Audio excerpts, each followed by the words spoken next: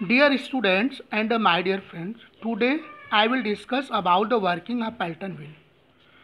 Before it, I can say that we have already discussed about the function of all components of Pelton wheel in detail. So now in this video, discuss about the working of Pelton wheel. Pelton wheel first time invent American engineer L. Nathan Pelton in year 1880. The turbine is named, हमने पहले बताया है कि turbine आपका लेस्टल ए Pelton ने first time invent किया था 1880 year में. अमेरिकन इंजीनियर थे जिन्होंने फर्स्ट टाइम इसको डेवलप किया था. ओके, अब वर्किंग हम लोग डिस्कस करने जा रहे हैं. A Pelton wheel is a tangential impulse turbine and the available energy at the entrance is completely kinetic energy. Further, it is preferred at a very high head and a low discharge with low specific speed. The pressure available at the inlet and outlet is atmospheric. Pelton wheel operate based with head from 15 to 1800 metres. Okay, इस slide में हम लोगों ने ये study किया है कि Pelton wheel एक टेंजेंशियल इम्पल्स टरबाइन है जिसमें कि टोटल एनर्जी हम लोग with the help of nozzle hydraulic energy को काइनेटिक एनर्जी में चेंज कर लेते हैं. फिर उस काइनेटिक एनर्जी को जेट के फॉर्म में हम लोग टरबाइन के बकेट्स पे इम्पैक्ट कराते हैं. ओके, और ये आपका हाई हेड टरबाइन है, लो डिस्चार्ज टरबाइन है, और इसकी जो स्पेसिफिक स्पीड होती है वो लो होती है. और ये आपका इस टरबाइन में जो प्रेशर होता है ऑलवेज एटमॉस्फेरिक प्रेशर होता है. बिकॉज ऑफ एटमॉस्फेरिक प्रेशर का मतलब यहाँ पे मेरे कहने का मतलब ये है कि जब आपका जेट टकराएगा टरबाइन पे उस समय और जो वाटर लीव करेगा टरबाइन पे वर्क करने के बाद सब जगह प्रेशर क्या होता है, एटमॉस्फेरिक प्रेशर होता है. क्योंकि जो प्रेशर वैरी करता है और हम लोग यहाँ पे नोजल के थ्रू हाइड्रोलिक एनर्जी को काइनेटिक एनर्जी में चेंज कर लेते हैं. After the changing of hydraulic energy into kinetic energy, उस काइनेटिक एनर्जी को जेट के फॉर्म पे टरबाइन के ब्लेड पे इम्पैक्ट कराते हैं. मतलब कि जब इम्पैक्ट होता है उस समय इसकी जो प्रेशर एनर्जी होती है एटमॉस्फेरिक प्रेशर होती है, और वर्क करने के बाद वाटर जब टेल रेस में जाता है तो उस समय भी यहाँ पे प्रेशर एटमॉस्फेरिक प्रेशर ही होता है. देन ये पेल्टन व्हील का डायग्राम शो कर रहा है. इसकी पूरा कंपोनेंट है. इसमें हम एक बार फिर इसको ब्रीफिंग करेंगे.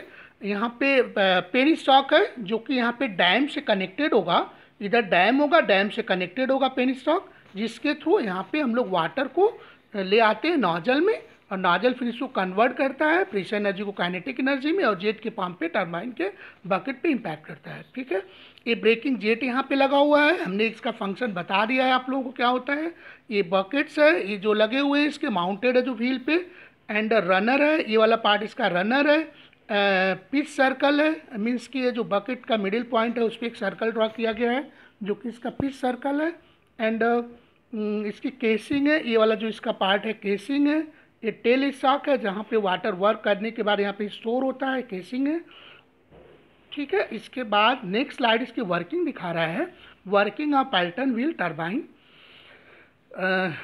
High speed water jet emerging from the nozzle obtained by expanding high pressure water to the atmospheric pressure in the nozzle strike a series of spoon shaped buckets mounted around the edge of the Pelton wheel. High pressure water can be obtained from any water body situated at some height, or streams of water flow down the hills or water flow into the bucket. The direction of the water velocity change to flow the contour of the buckets.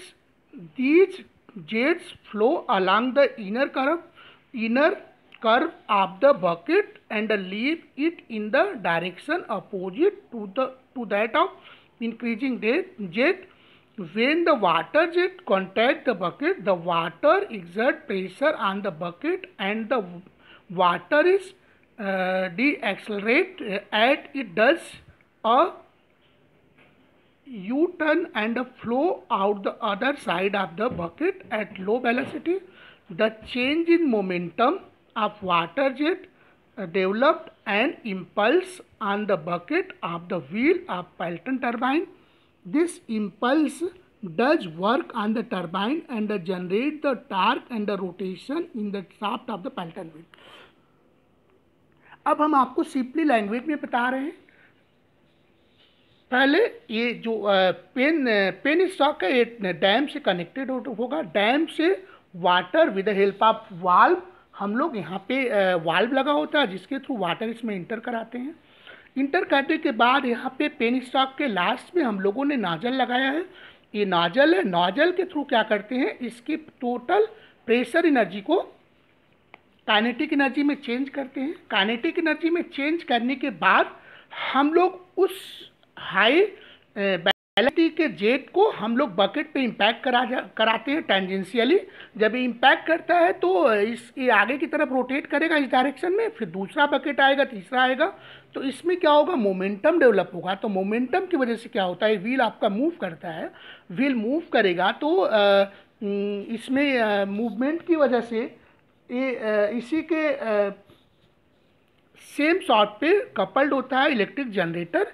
वो generator आपका move करेगा, generator move करेगा तो उसमें number of flux cut करते हैं जिसकी वजह से इलेक्ट्रिसिटी जनरेट होगा और उस इलेक्ट्रिसिटी को हम लोग स्टोर कर लेते हैं। फिर आप जहाँ भी सप्लाई कराना होता है एज पर रिक्वायरमेंट वहाँ पे सप्लाई करा के हम लोग उसको यूज करते हैं, पावर को, इलेक्ट्रिसिटी को।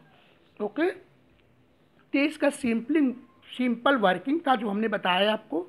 इसके बाद आपका यहाँ पे वही बता रहा है आपको वर्किंग का, ये सब जो हमने बताया वही चीज़ यहाँ पे है। अब इस hydro electric setup on the Pelton wheel turbine, ये हाइड्रो इलेक्ट्रिक जो प्लांट होता है वहाँ पे जो हम लोग सेटअप करते हैं पेल्टन व्हील टरबाइन को, वो कह रहा है ये करते हैं for the generation of electricity generate करने के लिए हम लोग इसको यूज करते हैं। और इसको the water reservoir must be situated at the height from the Pelton wheel.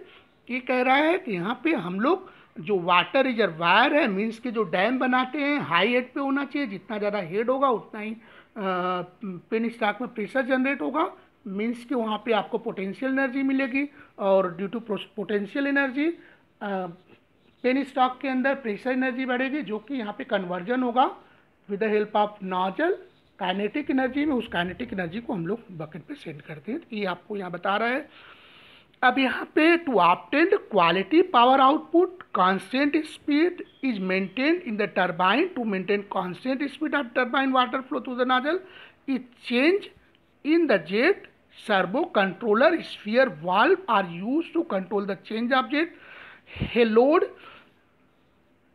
to a change in the flow rate due to sudden reduction in the load. The jet are repelled by using the deflector plate. Due to that, the jet does not strike the blades over fast moving of the turbine must be prevented. इसमें कह रहा है कि हम लोगों को high quality power output maintain करना है कांस्टेंट स्पीड पे। उसको कैसे मेंटेन करना है, मीन्स कि टरबाइन की स्पीड यहाँ पे कांस्टेंट होनी चाहिए, तभी यहाँ पे आपको क्वालिटी ऑफ पावर आउटपुट मिलेगा। तो यहाँ पे सिंपली ये करना चाह रहा है, यहाँ पे हम लोग डिस्कस करेंगे कि जैसे सपोज आपको टरबाइन की स्पीड बढ़ गई, मीन्स कि जब हम लोड को कम कर देंगे तो टरबाइन की स्पीड क्या हो जाएगी, कम हो जाएगी। तो उस समय सर्वो मोटर मैकेनिज्म गवर्नर के थ्रू कनेक्ट होता है। वो क्या करेगा, उसको जेट को जो नंबर ऑफ जेट और स्फीयर अरेंजमेंट है उसमें लगा हुआ स्फीयर अरेंजमेंट को ले जाकर के आगे फॉरवर्ड डायरेक्शन में जाएगा और उसकी जो वाटर की ओपनिंग क्लोजिंग हो रही है वहाँ पे नोजल के थ्रू उसमें क्या करेगा, उस स्फीयर को लेके फॉरवर्ड डायरेक्शन में जाएगा, उसको क्लोज कर देगा। जब क्लोज कर देगा तो वाटर की सप्लाई यहाँ पे कम हो जाएगी। जब वाटर की सप्लाई कम हो जाएगी तो जो स्पीड बढ़ी हुई थी लोड कम होने की वजह से, वो स्पीड कम हो जाएगी, मेंटेन हो जाएगा, कांस्टेंट स्पीड पे टरबाइन आपकी रन करने लगेगी। सपोज टरबाइन मूव कर रही है एक स्पीड पे और आपने लोडिंग यहाँ पे ज़्यादा कर दिया तो टरबाइन की स्पीड कम हो जाएगी। तो टरबाइन की स्पीड कम हो जाएगी तो उस समय जो पावर जनरेशन होगा वो फ्लैक्चुएट करने लगेगा, तो उसको आउटपुट कांस्टेंट स्पीड पे जनरेट होगा। तो हम लोग क्या करेंगे इस कंडीशन में, हम लोग पूरे स्फीयर सिस्टम को पूरे हैंड व्हील के थ्रू या ऑटोमेटिकली वहाँ पे गवर्नर के थ्रू पीछे की तरफ आएगा। जब पीछे की तरफ आएगा तो वहाँ पे क्लोजिंग हो जाएगा और वाटर की सप्लाई ज़्यादा हो जाएगी, तो जो स्पीड आपकी कम हुई थी वो वहाँ पे स्पीड को मेंटेन कर देगा, क्योंकि सप्लाई ज़्यादा हो जाएगी, जेट ज़्यादा इम्पैक्ट करेगा हाई, तो उस समय स्पीड उसकी बढ़ जाएगी, जिसकी वजह से पावर जो फ्लैक्चुएट कर रहा था, पावर जो वेरिएशन हो रहा था वो पावर मेंटेन हो जाएगा, स्पीड उसकी मेंटेन हो जाएगी, फिर आपका पावर यहाँ पे जनरेट करना शुरू कर देगा एक कांस्टेंट स्पीड पे और कांस्टेंट पावर से। ये पूरा टरबाइन का दिखाया हुआ है। This one is the generator ऊपर लगा हुआ है, ये आपका टरबाइन है, लगी हुई है, ये टरबाइन लगी हुई है। इसके बाद ये बकेट्स है, टरबाइन है, ये आपका हालांकि कैप्लान टरबाइन लगा हुआ है, लेकिन ऐसे ही आपका पैल्टन व्हील भी होता है। अब हम लोग इसका टरबाइन की एप्लीकेशन क्या होता है पैल्टन व्हील का, वो हम लोग यहाँ पे डिस्कस करेंगे। Pelton wheel are the preferred turbine for hydro power when the available water source has relatively high hydraulic head at low flow rates. इसका मतलब ये कह रहा है कि हम लोग इसको यूज करते हैं जब आपको हाई हेड का हेड अवेलेबल हो और आपका डिस्चार्ज कम हो, उस समय इस टरबाइन को हम लोग यूज कर लेते हैं। The smallest Pelton wheels are only a few inch area across and can be use to tap water from mountain streams having flow of the few gallons per metre.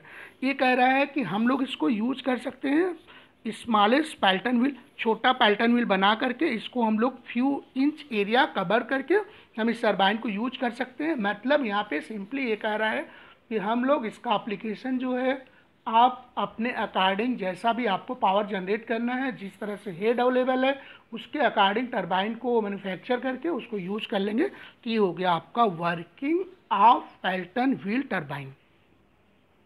Okay, thank you.